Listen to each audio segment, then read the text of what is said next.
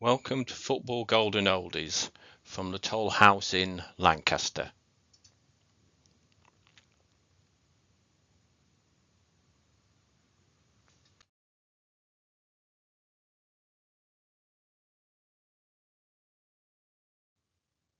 There is something about Everton and that number 9 shirt throughout the club's long history. So many of our heroes, the players who have often come to define an era or a side, have worn that number on their backs. The names run like a panoply of Goodison greats, names like Dean, Hickson and Ferguson. Players whose exploits have become an indelible part of the club's grand narrative. These greats have tended, with one notable exception, to inhabit a type, big, strong, unyielding, the kind of players who leave their opponents black and blue the following day. The Everton number 9 has almost become a useful shorthand, a term that conjures up a certain kind of footballer, the kind that would charge through a melee of players to meet across with an unstoppable header. For a club that likes to pride itself on the commitment to a style of football imbued with skill and grace, the classic Everton number 9 is something of an incongruous presence, sitting uneasily amongst the ranks of the school of science. As much as the exponents of pass and move are appreciated, the fans also value tenacity, the desire to go above and beyond in the name of the cause. That's what these players tend to represent, that elemental part of what it is to be a blue. This talk explores the lives of some of these figures and aims to illustrate why that is the case, to show just what they gave to the club. It is not an exhaustive exploration, and nor does it cover everyone who has ever worn that number, but it is a collection of the greats, the Lions of Goodison, who have helped make the number 9 what it is.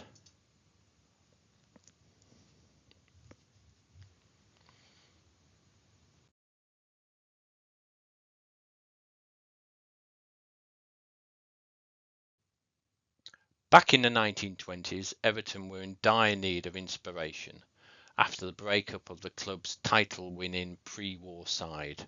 A rebuilding process was being undertaken, but process was patchy, and with the club mired in mediocrity, something more was needed. The club's secretary-manager, Tom McIntosh, set out to hunt for that something more. Luckily, he didn't have far to look. William Ralph Dixie Dean, a young forward from Birkenhead, playing for Tranmere Rovers, had been turning heads in his first season. Dean scored 27 times in 27 appearances, but where would he go? On March 16, 1925, the answer arrived. Bill said, "One afternoon I went to the pictures. When I got home, my mother told me that Mr. McIntosh from Everton was waiting for me at the Woodside Hotel. I ran the 3 miles, and Mr. McIntosh asked me if I wanted to play for Everton, and that was that." He was signed for £3,000, no small amount to splash on a teenager, but his potential was widely understood.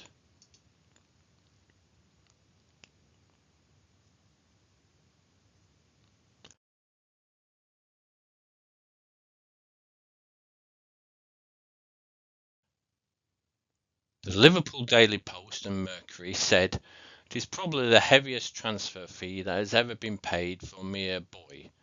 Don't make a god of Dean. He is very human and has many boy-like touches."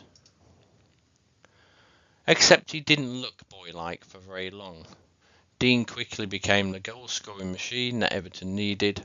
By the close of the 1925-26 season, the cry of "Give it to Dixie" would ring out around Goodison whenever Everton had the ball. So devastating had he become. Whatever the truth, by the end of that inaugural season, Dixie's 33 goals made the £3,000 transfer fee a bargain. But in June 1926, Dean suffered a dramatic brush with death. A motorbike crash in North Wales resulted in Dean suffering a fractured skull, broken jaw, eye injuries and a concussion. He was unconscious for 36 hours and initially it was thought he could die. Fortune smiled on Dean and he was back playing within 4 months.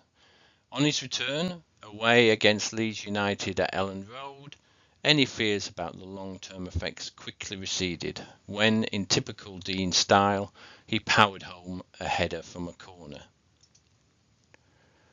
Dean's superhuman ability in the air gave rise to rumour after the crash that his heading ability had been augmented by metal plates inserted into his forehead whilst in hospital. The metal plates had been inserted into his jaw and then removed when the bones set.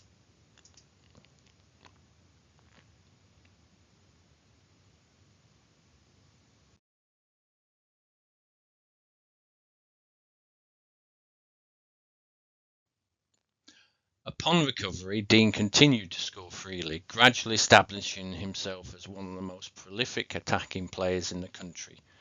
But the Everton team was failing to reach his lofty standards. That changed in the 1927-28 campaign, a season that cemented Dean's legacy as not just an Everton legend, but also one of the greatest forwards to ever play the game. Everton, as part of the rebuilding process, had recruited the talented outside right Ted Critchley in the summer, with Alec Troop on the left. The Blues now had 2 gifted providers on either wing to provide the kind of ammunition that Dean craved, a partnership that would quickly yield dividends. Dean's form that season was simply mesmerising. He had played 15 games and scored 27 times to put Everton top of the league by November. He had his sights set on the English goal-scoring record, which was held by George Camsell of Middlesbrough, with 59 goals in the 1926-27 season in the second division. By late March, he had reached 45, claiming the record for most goals in the first division, which was held by Ted Harper of Blackburn Rovers. 3 games to go, Billy needed 9 more goals to beat Camsell's record, a tough proposition. He scored 2 in a 3-2 win over Aston Villa, then 4 in a 5-3 win over Burnley. But towards the end of the game, Dixie had sprained a leg muscle and limped off. It needed Everton's trainer physio, Harry Cook, to work his magic on the leg.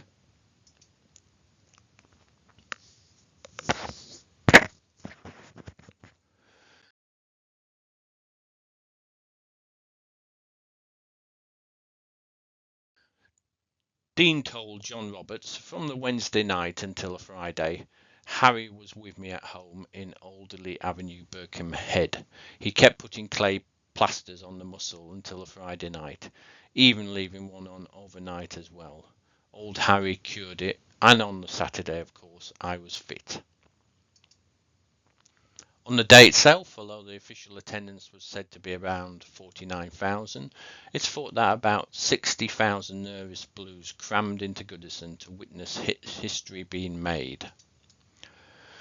Did Dean share these nerves before every home game? He caught the number 44 tram from Water Street, got off and walked along Goodison Road, chatting all the time to fellow fans.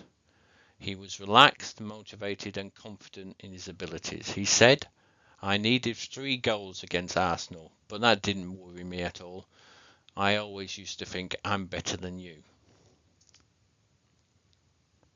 Arsenal scored after 2 minutes, but immediately after, Dean scored with a typically powerful header. Almost immediately, Dean was brought down in the penalty box. Penalty to Everton. Goodison held its breath. Dean said, "I intended to place the penalty in the corner. Instead, it went between the goalkeeper's legs. It wasn't one of my better penalties. Camsell's record had been equalled. 1 more needed." With around 4 minutes left, Everton won a corner. Troop trotted out to take it. As the ball came across, Dean was in a bunch of players, friend and foe. Who was going to get their head to the ball? it was a foregone conclusion it would be Dean's. He nodded the ball into the right-hand corner of the net. Goodison exploded, a noise so loud it scattered the pigeons around the pier head.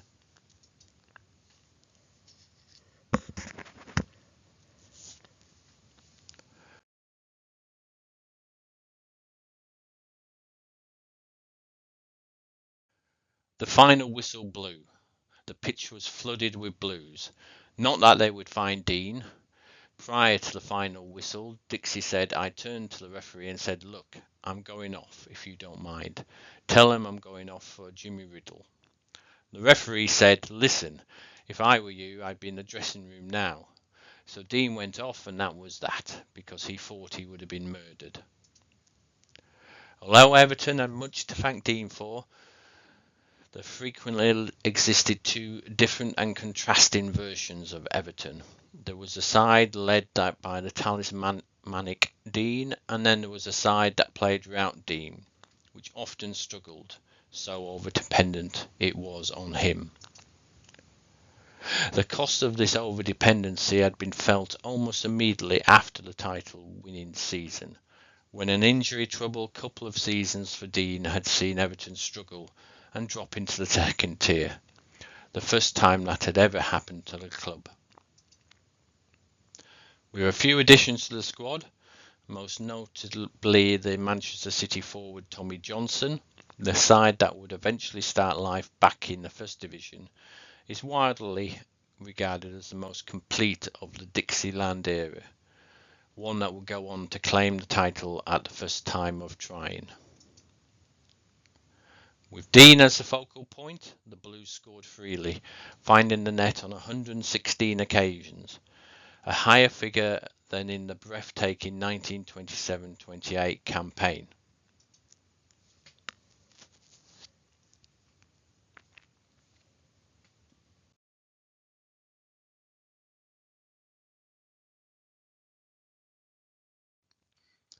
In the 1931-32 campaign, Tommy Johnson chipped in with 22 and Tommy White with 18.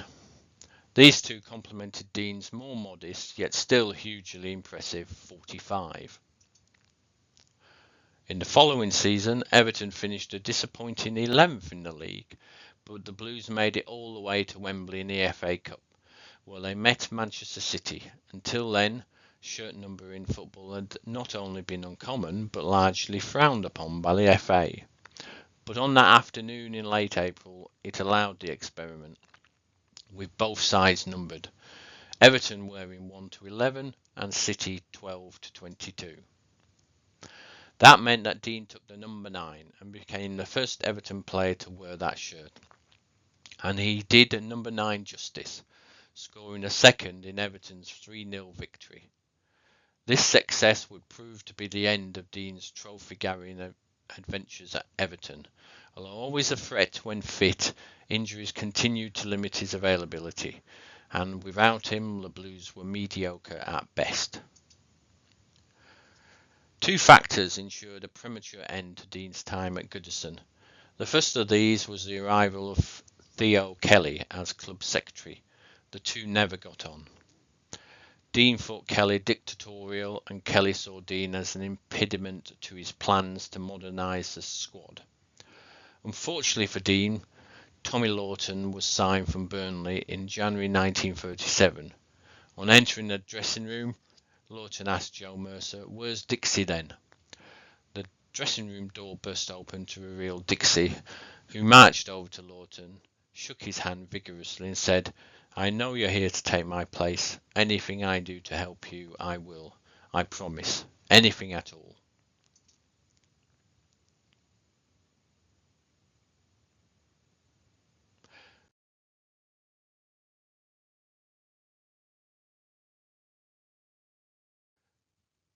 Left half Gordon Watson recalled, "Lawton and Dean used to work together under the main stand.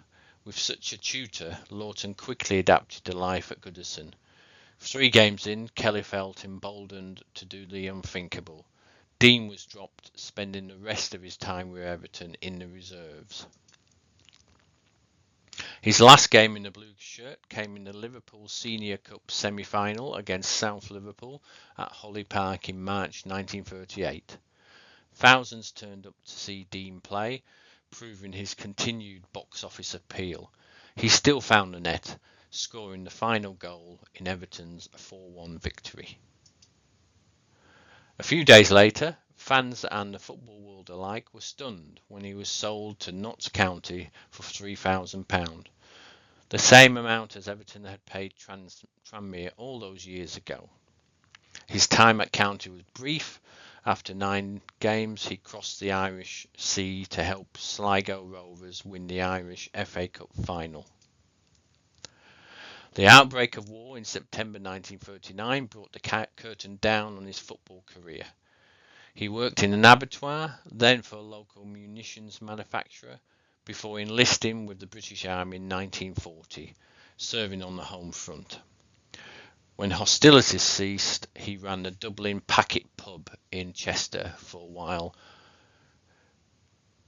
Then an invitation from John Moores saw him work as a caretaker watchman. Dixie passed away on March 1st, 1980 from a heart attack during a derby game at Goodison. It was fitting it happened at Goodison, but as impressive as his statistics are, 383 goals in 433 games, they failed to tell the full story. Dean was Everton. He was the player who revived the fortunes of an ailing giant, hauling it out of its post-war doldrums. He was a colossus of a man.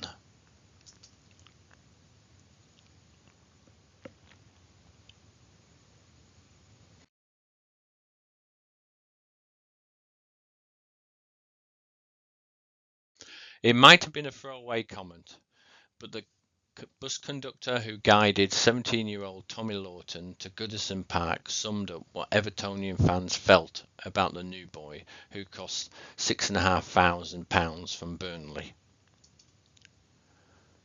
Lawton was born in Farnworth, Bolton, on October 6, 1919. He grew up idolising Dean. He quickly turned into a mini Dean at junior level, scoring 560 goals in 3 years of schoolboy football. He made his professional debut for the Clarets against Spurs aged 17, banging in a hat-trick. A few months on, 25 games and 16 goals to his name, he was at Everton, training with his idol. The young forward's earliest chance to shine in the first team came in an away game against Wolves in February 1937 on a boggy pitch. Everton were battered 7-2. Lawton scored a penalty. Dropped for an FA Cup game against Spurs, which ended 1-1, the directors demanded change, and in the replay, master and apprentice played together, with Lawton at outside left. Lawton scored, and Dean turned to Joe Mercer and said, "That's it, that's the swan song." The time of the apprentice was almost at hand.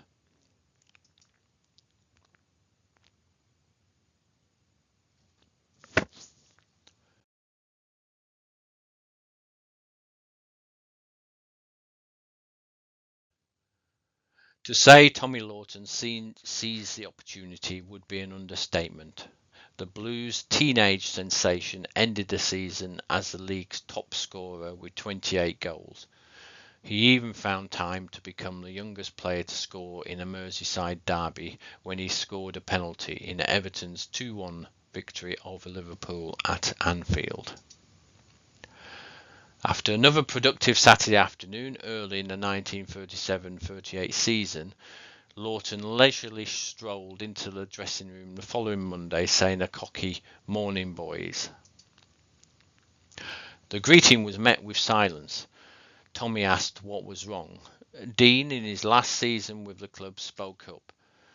"Who the hell do you think you are with your morning, boys?" Then Dean asked all the internationals in the room to stand up and pointed out how many caps each had won compared to Lawton's lack of experience. Chastised, when Tommy went into the dressing room the next day, he said nothing. Dean growled, "Not good enough for you today." Lawton exploded in anger, telling his teammates where to go. Tommy said, "Nets, they grabbed me, they threw me up into the air. My behind hit the ceiling. I came down into 4 feet of cold water." Dean laughed and said, "Now you're initiated, now you're a true Evertonian." Lawton learned what he could and couldn't say to the top players and to have respect for all his teammates.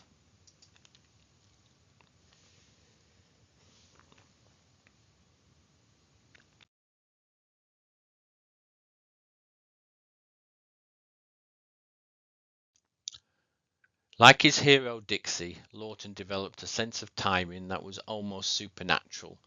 It made him the stuff of defenders' nightmares, an aerial presence who was at times impossible to mark. There was a cleverness to his play that elevated him, putting him a cut above the other forwards who clamoured to be the country's best.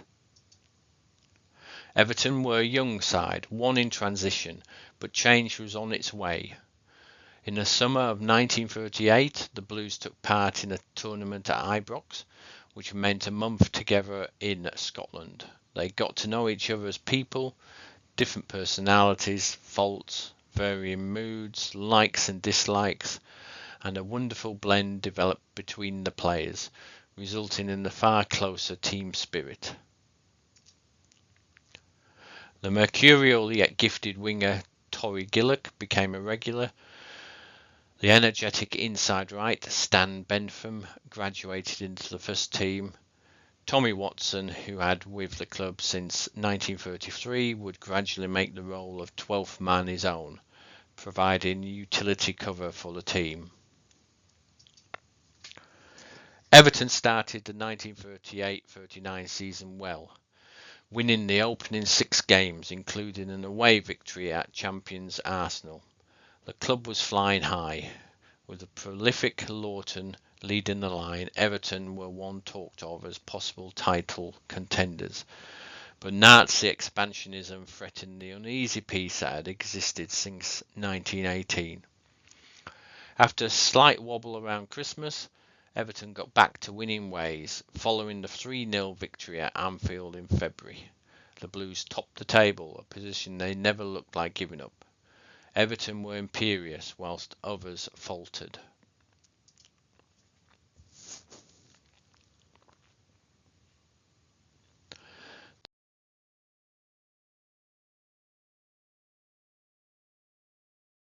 The Liverpool Echo said, "Everton's success is the triumph of pure football ability. Whenever they have appeared, they have won praise by their craft and artistry." After the visit to Highbury early in the season, the Arsenal programme the following week went into eulogies about them. The Blues were eventually crowned champions in late April, 4 points in front of Wolves. It was a moment of optimism at Goodison, champions again, but with a young team and the most gifted centre forward in the country. Theoretically, a bright future beckoned. Although the 1939-40 season was to begin in late August, just a few weeks into the campaign, the political climate darkened, and in early September, the Nazis invaded Poland. The UK and France then declared war on Germany, and the Football League cancelled what was left of the season. Tommy Lawton, who was frustrated, said, "We were a bloody good side, and next year we should have won the league again, the FA Cup, and the bloody boat race if they put us in it." Lawton's post into Birkenhead meant he was able to make regular appearances for Everton, together with the British Army team and his area command side. Like other professional players, he also made guest appearances for several other clubs during the war years, including Aldershot, Greenock Morton and Leicester City.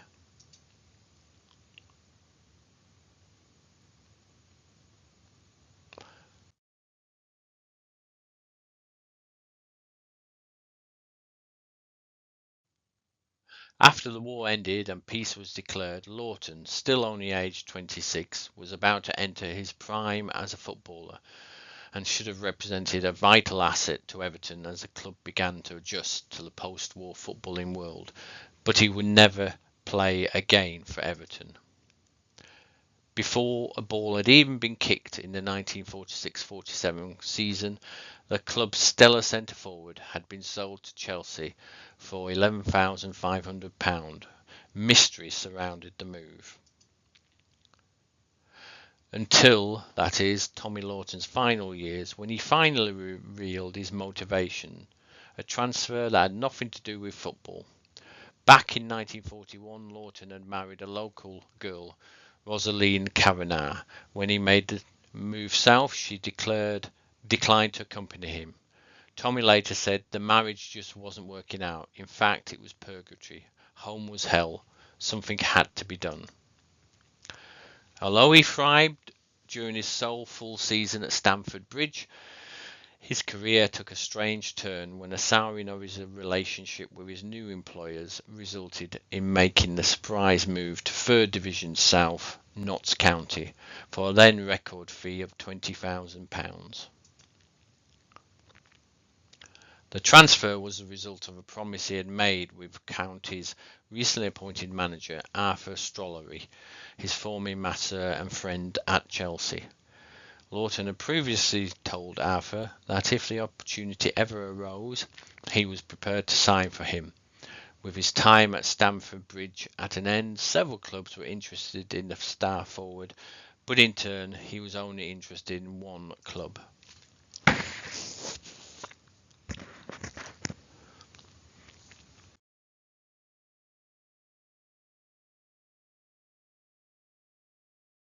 Although he thrived at Meadow Lane, rumours of a transfer back to the big time constantly surrounded Lawton, but it would not occur until 1953, by which time he was 34.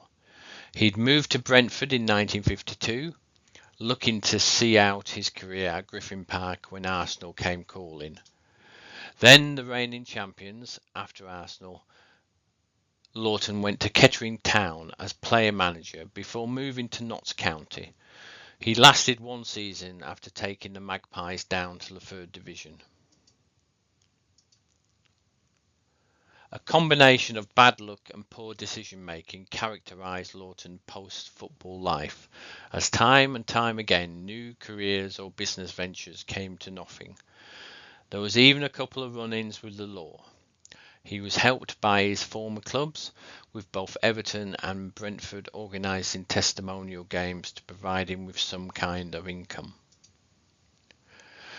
When judging his impact at Goodison, it's useful to look at the goals he scored and that valuable piece of silver where he helped bring home, but to also consider what his absence meant for Everton. After the war, shorn of such talents as Lawton and Mercer, Everton declined sharply.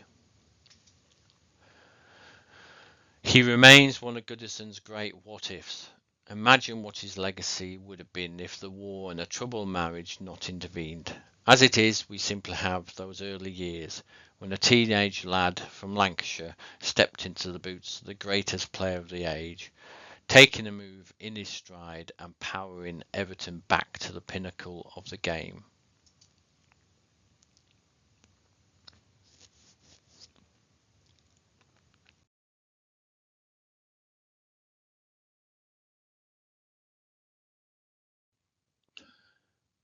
He was a player who would have died for the club, the uncompromising old-fashioned centre-forward who helped drag Everton out of its 2nd Division doldrums.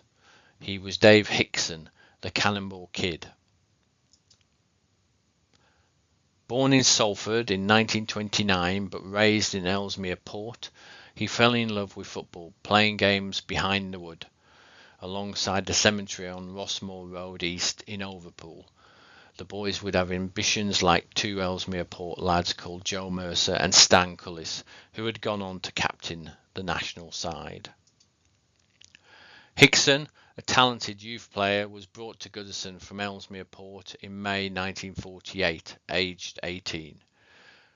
Both Liverpool and Everton were interested in him, but a telling intervention from Hickson's dad gave the Blues the advantage. Despite his potential, his momentum was halted temporarily by 2 years of national service. While stationed nearby, he began playing for Cheshire Army Cadets, a side who were coached by none other than Bill Dixie Dean. Like Tommy Lawton before him, Hickson ended up learning from the master during his late teenage years. It was thanks to Dean that he became such a strong presence in the air.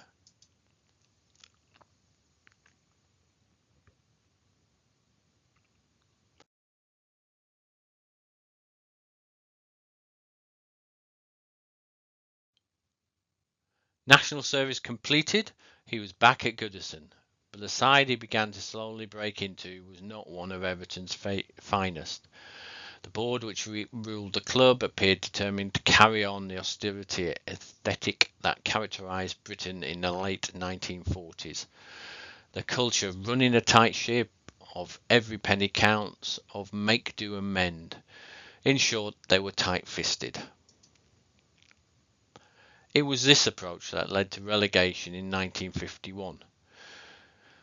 Life in the second tier proved tough. Everton laboured. At one point, the Blues were bottom of the league.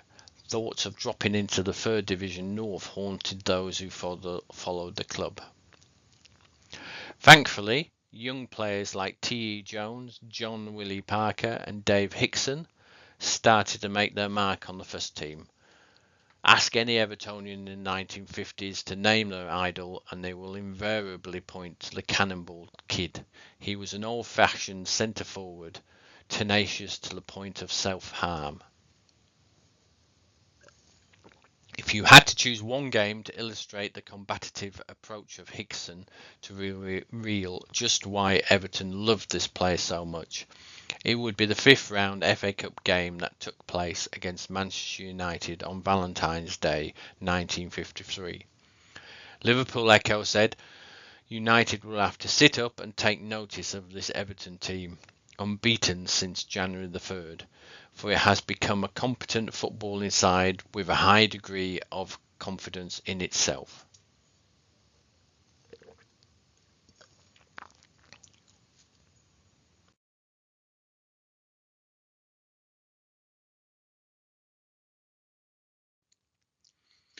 United went ahead early, but just past the half-hour mark, Everton were rewarded when Tommy Eglinton equalised, benefiting from wonderful build-up play from Hickson. The Cannonball Kid had been on great form all afternoon, linking up with Parker and Eglinton, winning everything in the air, a constant nuisance to the United defenders.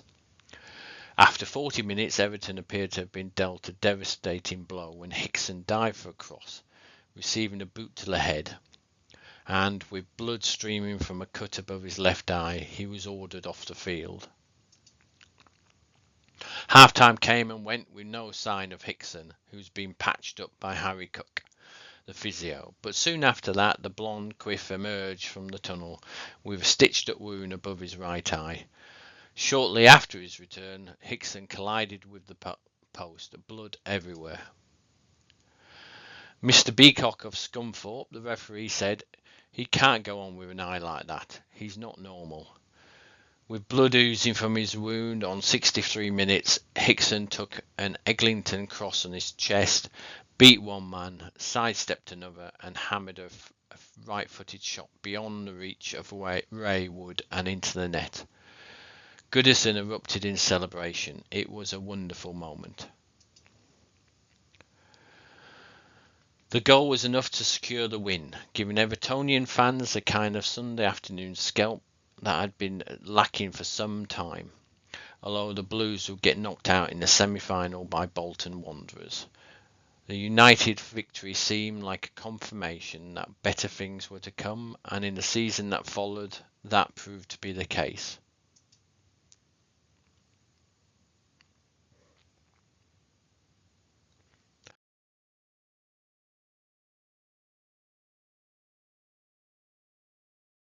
Along the way, teams were often dispatched by big score lines.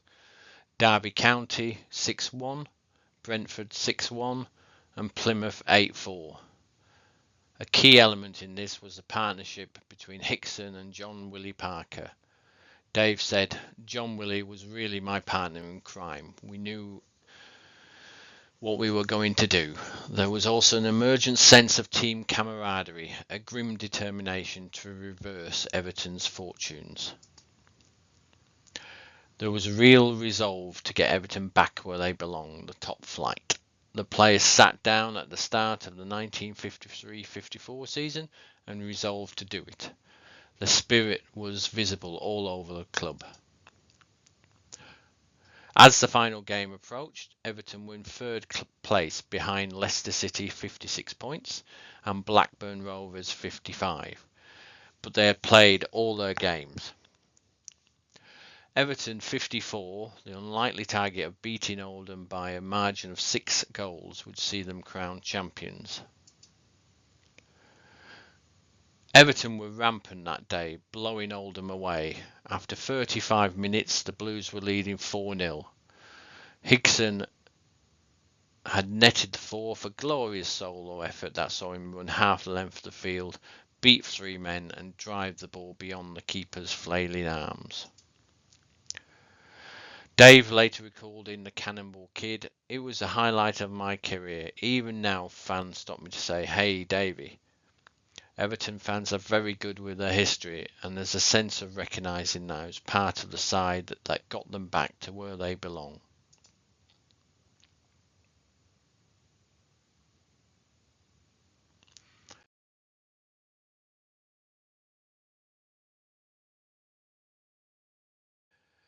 Everton shone in periods, and Parker and Higson continued to score, but underinvestment and a lack of quality held the team back, as too did some of the managerial decisions taken by Cliff Britton. 2 games into the 1955-56 season, Britton dropped Parker and Higson. It was a last straw. In response, Dave asked for a transfer. Within a fortnight, he was at Aston Villa, sold for £19,500. It turned out to be an unhappy move. Dave failed to settle in the Midlands, and within 2 months he was on the road again, ending up at Huddersfield Town for a fee of £16,000. But he had joined a club in decline as the Yorkshiremen slipped into the second division. After averaging better than a goal every 2 games, Dave delighted the Blues by returning to Everton in the summer of 1957. In a move he described as one of the happiest moments in my life. Though Everton languished in the wrong half of the table, Dave continued to score. But when a new manager, Johnny Carey, arrived in 1958, he sold Higson to Liverpool for £12,500. The shock move created outrage at the time. So incensed were some of the Everton fans and so committed to their idol.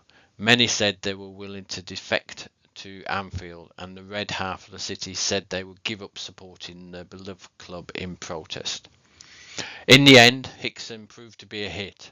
His cause was inevitably helped by the fact, on his debut at home to Aston Villa, he scored both goals in a 2-1 victory. One of them a trademark diving header.